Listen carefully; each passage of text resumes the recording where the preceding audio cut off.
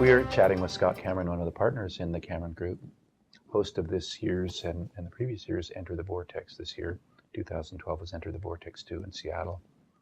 So Scott, this year it seems that it was highly successful, nearly double the number as were here last year. Why is that? This was our event last year. We co-sponsored it with another event last year. So this was 100% of our clientele and our sphere. And people don't have the opportunity to put a face to a name. And we are a small community. And and relationships are valued. Talk to us about the types of the stakeholders, if you like, the parts of the home building business that were represented at this year's event. Literally all. The only thing we didn't have was the public side. We didn't have any city officials, or we didn't. So builders, we had builders, land developers, capital partners, hard money, soft money, commercial money, multifamily, single economists. We had house flippers. Mm-hmm. We had that side of it. We had some peripheral fundraising type guys. So we had the whole spectrum, and that was done by design. There's a big breadth, not only in terms of the scale of the home builders, but of the land developers and all those other stakeholders in home building success. How in the world are you going to take good care of them? How can you serve them? What's on the horizon for them? Our web platform, Asset Exchange, which is we've trademarked, has been a very stable platform for facilitating information on our market as well as our deals to our clientele. For the people that weren't here or don't know of that platform, what's in it for them? 24/7 accessibility to project-specific information that would allow a buyer to essentially make a decision on a project. What else have you got in mind that you can talk about to serve your clients and your potential clients? Well, a big part of it is we're going to be beta testing really a first time for a brokerage operation similar to the commercial side of the business, where we're going to be doing sub-market analysis of the Puget Sound in 15 sub-markets for the residential building and construction industry.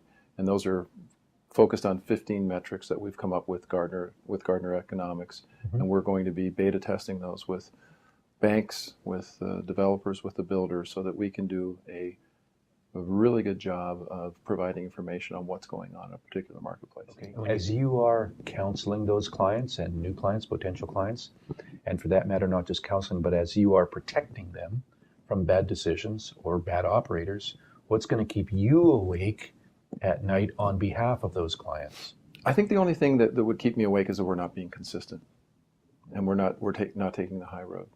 There's a lot of deals out there to do, and we will work with those people that will operate the same way, and those companies that do. So you made an announcement at this year's Enter the Vortex that you've expanded geographically. Are there any other growth plans that you're able to talk about? Any other new offerings, services, et cetera, that you are going to be providing? Geographic is a big one, and I think growing in the way organically that we are with very experienced professionals. Evolution of our web, we're coming up with our 3.0 as well. It's going to have many other benefits and features that will again expand into the private side as well. I'm assuming you're already starting to plan Enter the Vortex 3 for next year. Any plans, anything that you can help us to salivate in thinking about this event next year? I've always been very enamored with TED, which is a kind of a think tank and a variety of different topics.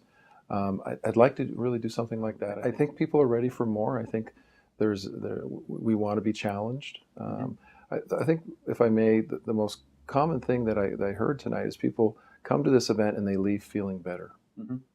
And I think that's because of community. It's a kind of opportunity where they can contribute to each other's success, that your success doesn't take away from mine. In fact, Correct. It may enhance it. Correct. When we created our business model and our vision, it was about being in the vortex. And we're very sincere about that, is that doesn't mean, when you're in the vortex, doesn't mean you control. It just means that you're there and you're consistent and you're relied upon. So at some point in time, you will be relied upon and counted upon to participate because you can add value.